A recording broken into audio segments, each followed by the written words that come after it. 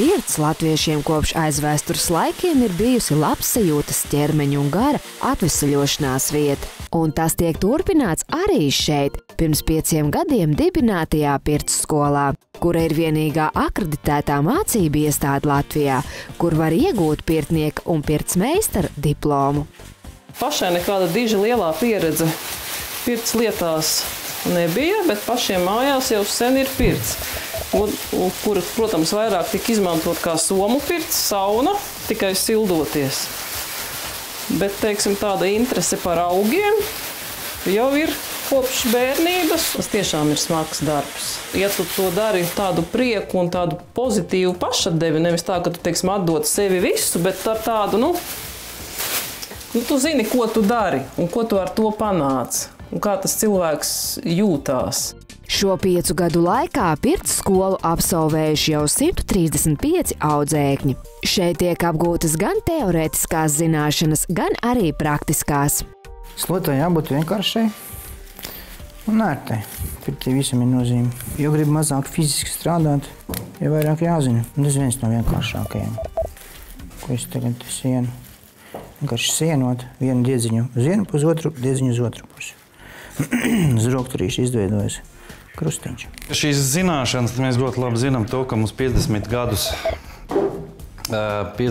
mēs dzīvojam citā, teiksim, tajā sistēmā, kur ļoti rūpīgi tika iznīcināts šīs pirts tradīcijas, latviešu pirts tradīcijas, ļoti rūpīgi. Šīs latviskās pirts tradīcijas ir dziedinošas, viņš ir palīdzošs. Ja. Skolā uzsvars tiek likts arī uz folkloras apgūšanu un tautas dziesmu mācīšanos. Un tās tiek izmantotas arī pirts rituālos.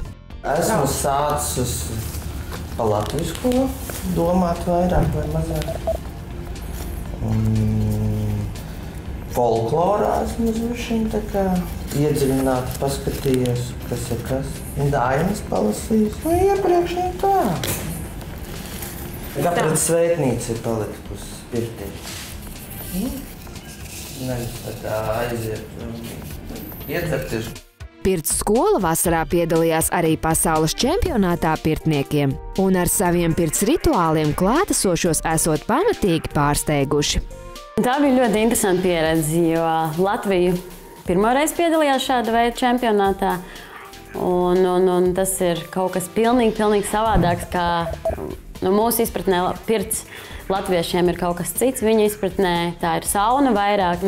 Bija ļoti interesanti, ļoti daudz jaunu iespēju. Mēs priekš viņiem bijām brīnums, jo mēs bijām ļoti zaļi. Mēs ļoti daudz pirtī izmantojam, kā jau ierasts ir slotiņas, skrubīšus, dažādus zaļos elementus, kas ir viss, kas pašlaik arī dabā ir atrodams. Viņi īsti tā kā man šķiet no sākuma mūs nesaprata. Viņiem vairāk ir tas, ka tas ir šovs, tur tiek dažādas gaisma efekti izmantoti un cita līmeņa tādi. Mums atkal tā ļoti dabiski, tādi lapju bāleliņi, lina tērpos.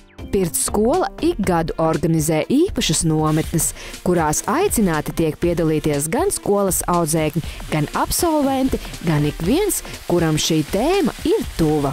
Savukārt nākamgad 18. jūlijā Brīvdabas muzejā tiks organizēti pirmie latviskie pirts svētki, kuros tiks godināts pirtnieka amats. Skola parūpēsies arī par to, lai ik viens varētu ar pirts rituālu iepriecināt arī savus tuviniekus. Ir pieejamas vairāka veida dāvanu kartes, atliek vien izvēlēties un izbaudīt pirts skolas pirtnieku meistarību.